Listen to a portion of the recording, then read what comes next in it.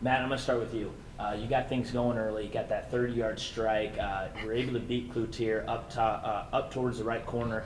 You set the momentum for your team. You guys lost 2-1 earlier in the year. I felt like that's what gave you guys the momentum. And then Bethel went one-on-one later and made it 2-0. Just your thoughts on getting things started off, with the goal. Well, when we came into the game, we said that we'd not have another game like that again. We would not lose like that, like we did. And all we did, we came out, worked hard, and we knew the goals would come, just didn't expect it to come like that and so early, so we just worked hard and made sure we did the job. And how important was it for you two guys to set the tone early, get back-to-back goals, honestly, within 4 minutes of each other, and go up 2-0 and kind of put their backs against the walls early? I think it was very important because, like you said, in the last game, we played them. We couldn't get a goal early, and the confidence just, rose as time went on. And this time, as long as we got the first goal, they kind of put their heads down, and and we just took over from there. Coach, what do you think the difference was? We kind of talked about it earlier, from 2 or 3 weeks ago to today. Well, I think we took some. We got beat pretty good by IPFW, and I think it's exactly what we needed. We didn't deserve to beat them. They outbeat it. They out everythinged us that game, and I think it was we had to take a real hard look in the mirror and kind of figure out, get recommitted to the things that we needed to do. And we really wanted an opportunity to play IPFW to make right the wrong. And we knew if we came out and stuck to our game plan. We worked hard all week on what our game plan was going to be, and we really stuck to it. And we can be a very potent goal-scoring attack, if we're clicking on all cylinders. And obviously, getting 2 early goals, we're tough to beat once we get goals early. And then you guys went into halftime 3-0 lead, came out, and they got a quick goal. Yeah. What did you do to get that momentum back? You knew they were in the game. They had some fans here. They were fired up. And then you guys were able to get a goal back. How did you switch that momentum and get that game back to where you guys could get comfortable and get a win out of it? Yeah, well, we knew going into halftime that, their backs were up against a wall and they were going to come out swinging against us. And, so we knew we were going to have to absorb some pressure early on. I think got a bit unlucky with an own goal off JT's shin that went into the net, redirected, crossed the net, hit off John Tim's leg and went in the goal. So those things happen.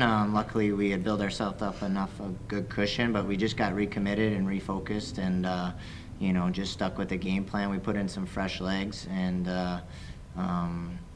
we brought in our starters back in and they were able to seal up the win and then, we were able to get some rest for some of our guys for the next game. Absolutely, and Matt got dinged up a little bit. How you feeling? I know you're going to get a day's rest. You got all day today and Saturday. Just touch on that a little bit. Yeah, towards the end they started getting frustrated and leaving the footing on every tackle they put on me. So I just tried to get out of the way, but I couldn't get out of the way, rolled down, couldn't. It's big now, but it'll be fine for Sunday, I think. And Coach, we talked about as well. You had that lead. You don't want any silly things. There was some chirping going on the field. It's a big game. It's one and done, or when you moved on. Yeah. And how do you keep those cooler heads from prevailing and keeping your guys focused, and not chirping back and just keeping the momentum, keeping that lead, and getting away with the victory and getting out of there? Yeah, it's difficult. Because we're competitors and they're competitors, and I'm sure there was frustration on their side, and so I would expect nothing less than them to come out. I just didn't want to see any guys get injured. I wanted it to be a clean game, and and so I think for our guys it was just a matter of cooler heads prevail. I told the boys to let me do all the kind of the chirping out there, and I'm sure you unfortunately maybe heard a few things. So. But I just wanted to make sure that the boys, I don't mind clean tackles. I love, good, hard physical play. I don't care what the score is, but, some of it just got a little out of control. And, we just didn't want to see anyone get injured that might prevent us from having a full squad for the Summit League Championship. Absolutely, and, talking about the championship game, you guys are now in on Sunday, and, KC and West are going to play here shortly.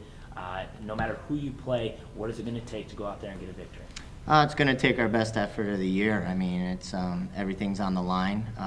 Like I was telling you earlier, we really relish the opportunity to play IPFW because we lost to them.